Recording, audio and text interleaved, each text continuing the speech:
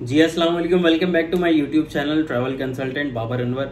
अगर first time है channel पर तो चैनल को सब्सक्राइब कर लें। ट्रैवल अपडेट्स आपको इस पर मिलती रहती हैं। बात करना चाह रहा था यूएस वीज़ा सबमिशन की अर्ली अपॉइंटमेंट डेट्स के लिए। इंटरव्यू डेट्स सबको पता है पिछले 1-1.5 साल से तकरीबन बहुत मुश्किल से मिल रही है। आप जब फीस चालान भरने के बाद अपने कैलेंडर को चेक करते हो तो वो आपको 1.25 साल बाद या 1.5 साल बाद की डेट दिखा रहा होता है। और अगर आप जल्दी जाना चाह रहे हो तो जाहिर सी बात है, बंदा जब वीज़ा अप्लाई करता है तो उसको यही होता है कि जल्द अज जल्द मैं अपने डिसीजन को देख सकूं, आया वो रिफ्यूज है या अप्रूव है। लेकिन वो एक मेंटली तौर पे कहीं ना कहीं डिस्टर्बेंस रहती है। अच्छा, ये तो डेट्स आपको सर्च आउट करनी पड़ती हैं, उसका पूरा प्रोसीजर आपको पता ही होगा।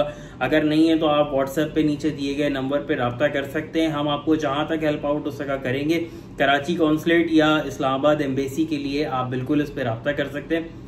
तीसरा टॉपिक है जिसपे मैं बात करना चाह रहा था, इमरजेंसी अपॉइंटमेंट का। आपने वहां पे टैब देखा होगा, उस पे लोग क्लिक करते हैं, वो नहीं समझ पाते हैं कि वो किस वजह से है या आप उसको किस तरह से यूज कर सकते हो।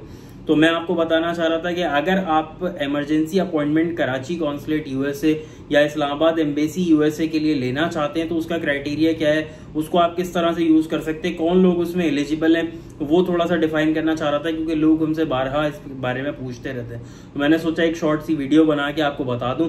तो इसमें प्रोसीजर ये होता है कि इमरजेंसी उस केस को ये लोग देखते हैं कि कोई मेडिकल इमरजेंसी है, अल्लाह ना करे किसी का कोई अपॉइंटमेंट या कोई मेडिकल इंस्टीट्यूट में कोई इस तरह की जो वो कहते हैं ना कि चेकअप के लिए या रूटीन चेकअप से हट के कोई इस तरह की चीज है जो इमरजेंसी कंसिडर हो सकती है।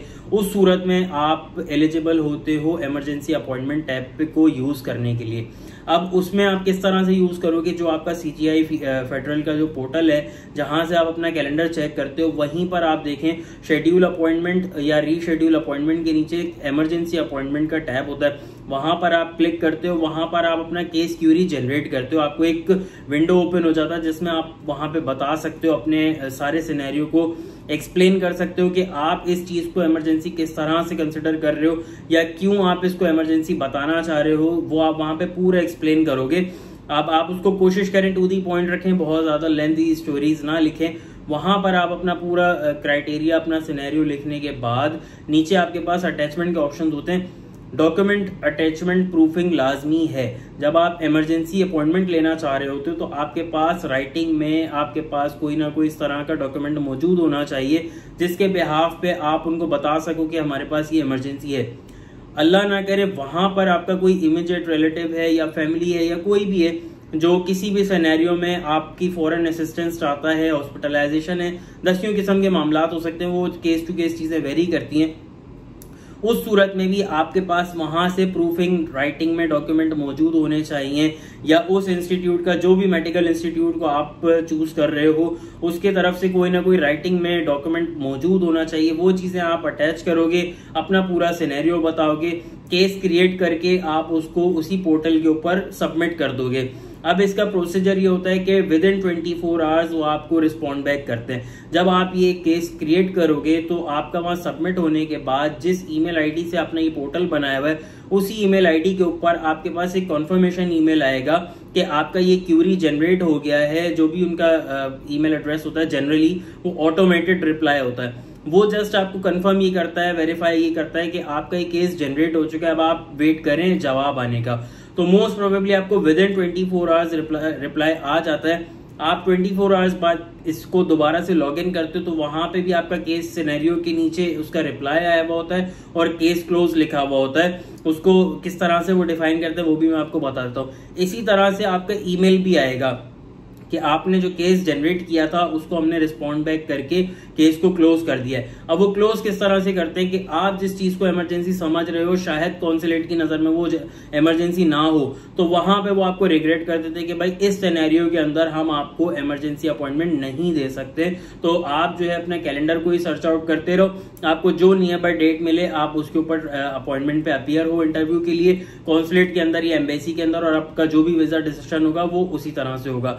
दूसरे सिनेरियो में अगर उनको लगता है कि वाकई आपकी ये इस तरह की इमरजेंसी है जिसमें आपको 4 वीजा के लिए अपीयर होना लाजमी है कॉन्सुलेट में या एम्बेसी में, उस सूरत में वो आपको अपने पास से एक डेट दे देते हैं। वो पूरा सिनेरियो आपको लिखते हैं कि ठीक है, कॉन्सुलेट ने या एम्बेसी ने आपके इस इमरजेंसी को इमरजेंसी कंसिडर करते हुए फुलफिल कर लिया है और आपको अब हम इस डेट और इस टाइम पर चाहते हैं कि आप कॉन्सुलेट या एम्बेसी में अपीयर हों और आपका जो भी फर्दर प्रोसीजर है उसको कंटिन्यू करें। अब वो डेट अपनी मर्जी से देते हैं, कभी आपको 2 दिन बाद का भी मिल जाता है, कभी आपको 10 दिन बाद का मिलता है, कभी आपको 15 दिन बाद और 20 दिन बाद का भी मिलता है। केस टू केस चीजें वेरी करती हैं, डिपेंड करता है उनके पास स्लॉट्स अवेलेबल क्या हैं, वो खुद से देते हैं। अच्छा, इस सूरत में आपको कोई लेटर नहीं मिलता है। जिस तरह से जब आप अपॉइंटमेंट सेलेक्ट करते हो तो आपको लेटर मिलता है, इस तरह से जब इमरजेंसी अपॉइंटमेंट होता है तो उसका आपको कोई लेटर नहीं मिलता है। आपने सिंपल इस ईमेल को प्रिंट करके लेके जाना है, ताकि गेट पे जब आपसे पूछा जाएगा कि आप यहाँ पे किस तरह से आए हो तो आपके पास उसका प्रिंट आउट होना चाहिए। उसके अंदर आपकी पासपोर्ट डेटा सारी चीजें मौजूद होती हैं, डेट और टाइम सेलेक्टेड एम्बेसी या कॉन्सुलेट ने खुद से दिया हुआ है, वो उसके ऊपर मेंशन होता है, उसी के ऊपर आपको पहुंचना जरूरी है। तो आप उस ईमेल का, उस पोर्टल का प्रिंट आउट निकाल कर अपना जिस तरह से आपने फर्दर प्रोसीडिंग करनी है वैसे के वैसे ही करोगे। इससे डिसीजन पे कहीं कोई इंपैक्ट नहीं पड़ता है। सिंपल ये होता है कि आपकी इमरजेंसी को देखते हुए वो आपको जल्दी का स्लॉट दे देते हैं, यानी अपने तौर पे आपको बुला लेते हैं कि ठीक है सर, हम आपकी इमरजेंसी को समझते हुए ह्यूमैनिटी एक्ट के तहत आपको जल्दी से अपीयर करवा लेते हैं। वीजा का डिसीजन क्या होगा वो आपके डॉक्यूमेंट्स के बाद वहीं पे जाके होता है। इसको देखने के बाद, इस वीडियो को देखने के बाद अगर कोई हमारी हेल्प चाहता है तो नीचे दिए गए व्हाट्सएप पे हमसे राब्ता कर सकता है।